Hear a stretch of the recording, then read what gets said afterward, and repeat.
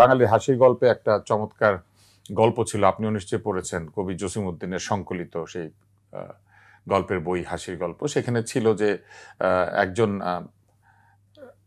গিয়েছেন শেভ করতে, তো তখন তো খুর দিয়ে শেভ করে, তো নাকটা কেটে দিয়েছে, তো নাক কাটার পরে জরিমানা দিয়েছে খুরটাই। তো যে যাচ্ছে সে বলছে যে নাকের বদলে নরুন পেলাম, তাকডুমা ডুমডুম। তো এরকম শাপলার বদলে কলি পেয়েছেন, খুশিও হয়েছেন, স্লোগানও দিচ্ছেন। এটা আমাদের জন্য অত্যন্ত আশাব্যঞ্জক যে তারা বুঝতে পেরেছেন যে প্রতীক দিয়ে নির্বাচন হয় না, জনপ্রিয়তা দিয়ে হয়। ফলে আমি এই বক্তব্যকে খুবই স্বাগত জানাই। আর আমার এটাও মনে পড়ছে যে ফেরদৌস ওয়াহিদের একটা খুব চমৎকার গান আছে, কলি থেকে ফুল, ফুল থেকে মালা, মালা থেকে প্রেম, প্রেম থেকে জ্বালা। তো এখন কলি থেকে নিশ্চয়ই ফুল ফুটবে এবং ফুল থেকে মালা হবে, বিজয়ের মালা। কিন্তু মালাটা পাওয়ার পরে, সংসদে যাওয়ার পরে ওনারা বুঝবেন যে ঐকমত্য কমিশন যে ধরনের প্যাচ লাগিয়ে রেখেছেন, সেই প্যাচ ছাড়াতে অবশ্যই মালা থেকে বিরাট জ্বালা হবে।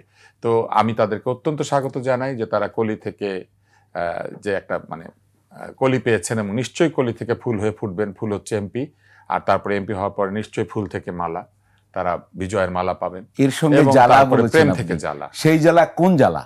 সেটাই যে আপনারা দেখতে পাচ্ছেন না, রাজনীতিবিদরা কি করছেন, অদ্ভুত অদ্ভুত বিষয় নিয়ে তারা লড়াই করছেন। এসব লড়াই বাদ দিয়ে তাদের বরং এখন চিন্তা করা উচিত যে আগামীতে যখন সংসদ হবে, বাংলাদেশের জন্য তারা কি প্রতিশ্রুতি দিবেন।